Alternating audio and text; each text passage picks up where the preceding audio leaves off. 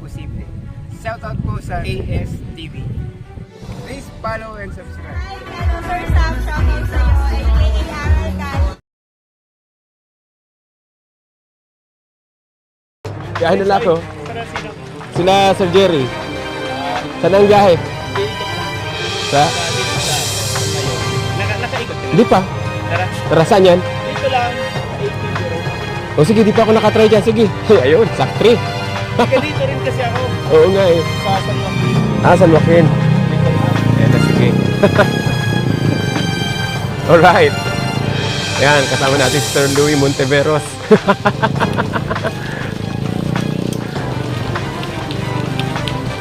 Baka nandun si... Hindi ko naasikaso itong isa na... Itong nasa FB ang inaano ko eh. I-ano mo lang. I-ano mo lang yung link para pag nag-open sa Facebook, direct yung YouTube. Pwede rin, pwede rin. Ito rin ang playground ko. Ay, wow. Second time ko na yata makadaan dito eh.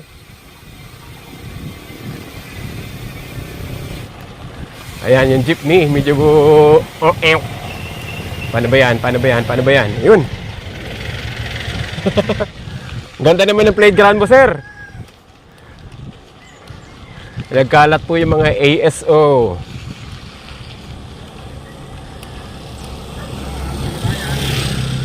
So pupuntahan daw namin yung yung Acabicol Road. Yun yung initial na ruta nung hinahabol ko mga kasama. So ayan, titigil muna tayo dyan sa unahan para ay, teka muna. Kurbada.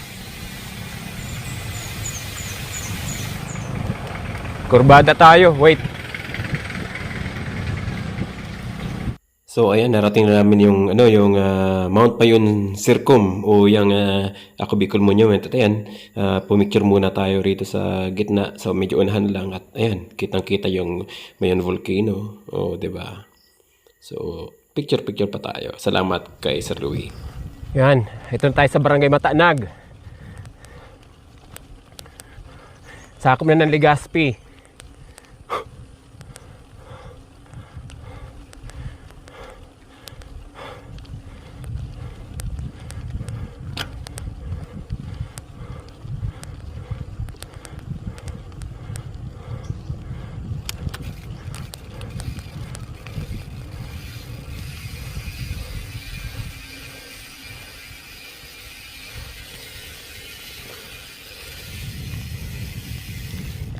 Uy.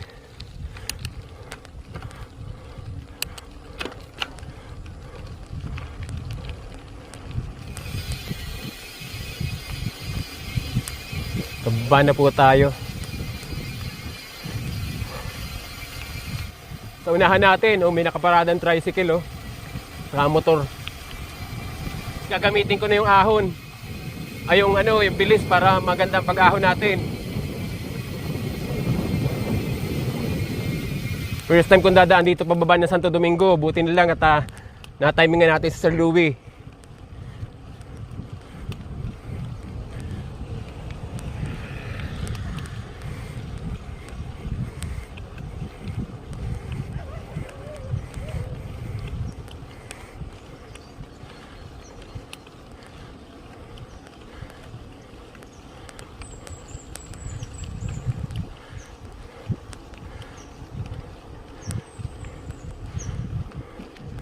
So dito tayo galing kanina.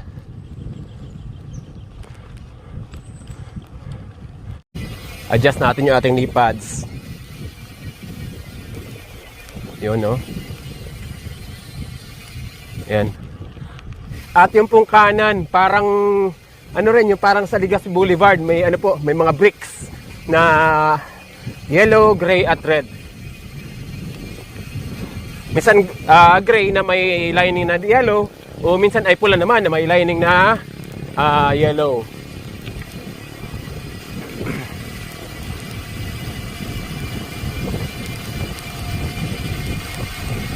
Madadaanan po natin yung may mga flag na yan. Yan yung papasok sa Black Lava.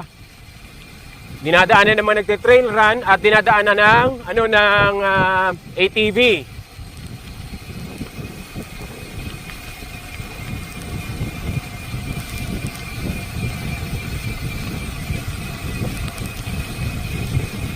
Yun, papasok na tayo ng Barangay Bunga.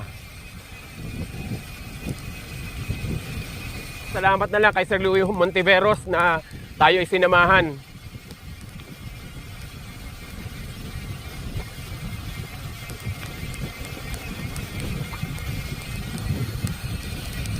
Ito lang maganda rito, walang masyadong sasakyan. So ito yung Bunga Gali actually.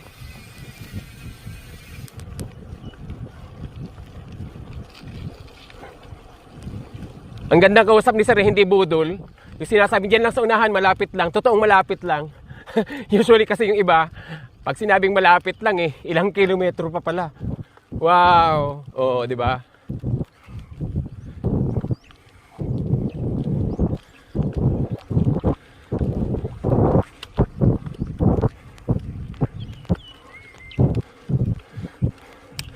Bumibigat na yung pagpadyak. So, cambio tayo para relax lang.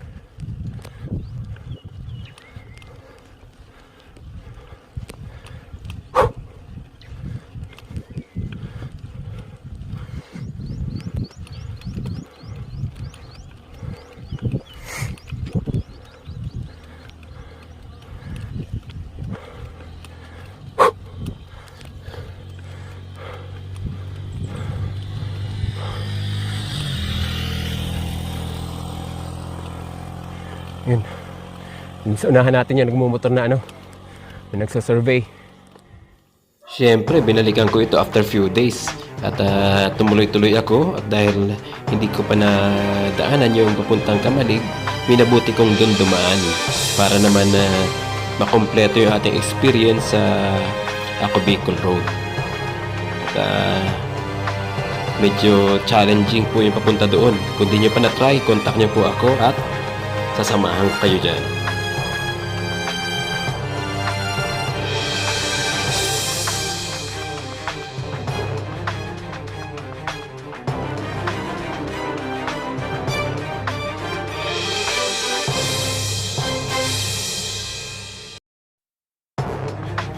Isa rin po pala itong part na to mga ka-TV kung saan pwede kang pa-picture.